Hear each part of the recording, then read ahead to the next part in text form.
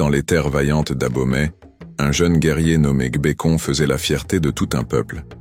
Il combattait avec le feu des ancêtres dans les veines, protégé par les esprits de ses aïeux, que sa mère, Maounion, priait chaque nuit sous le grand Iroko sacré. Mais lors d'une grande bataille contre les colonisateurs français, Gbekon fut capturé. Emmené de force dans un fort militaire, enchaîné et humilié, il refusa de plier. Dans son cœur, il ne cessait de répéter les paroles de sa mère.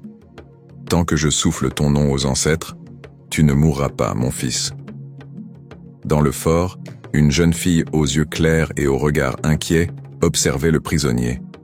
C'était Élise, la fille du colonel.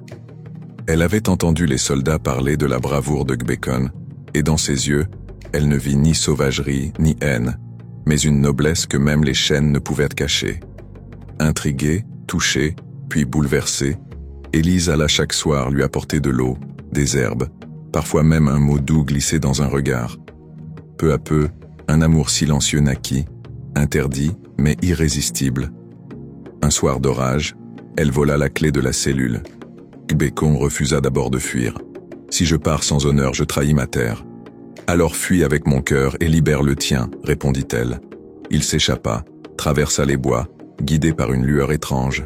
L'esprit de sa mère sortit en transe au même moment, appelant les ancêtres pour l'éclairer. Il retrouva son village, amaigri mais debout. Sa mère tomba à genoux, pleurant de gratitude. Élise fut exilée par son père, mais dans une lettre qu'elle fit porter à Gbekon, elle écrivit « Aime ta terre, aime ta mère, mais n'oublie pas qu'une autre âme t'aimera toujours au-delà des frontières. » Et Gbekon, devenu chef, fit graver ces mots à l'entrée du village. « Ce que les ancêtres protègent, ni la guerre, ni les chaînes, ni l'exil ne peuvent briser. »